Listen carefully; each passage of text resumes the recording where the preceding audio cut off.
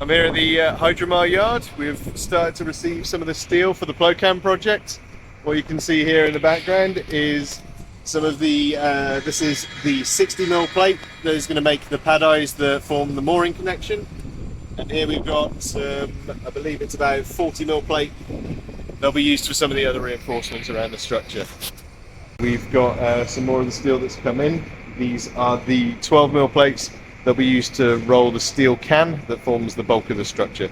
So this is going to form the cylindrical hull itself. It's about 10 to 12mm thick. And this is the rest of the steel that is going to be used to form the outer hull. All this is 12mm thick, and it weighs approximately 1 ton per sheet. We are looking at it is 2.5 meters wide, about 6 meters long.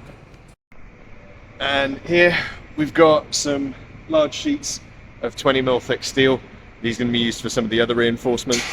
So we expect to see these on things like the pad eyes. We'll probably see these being used for some of the more heavy duty structural beams.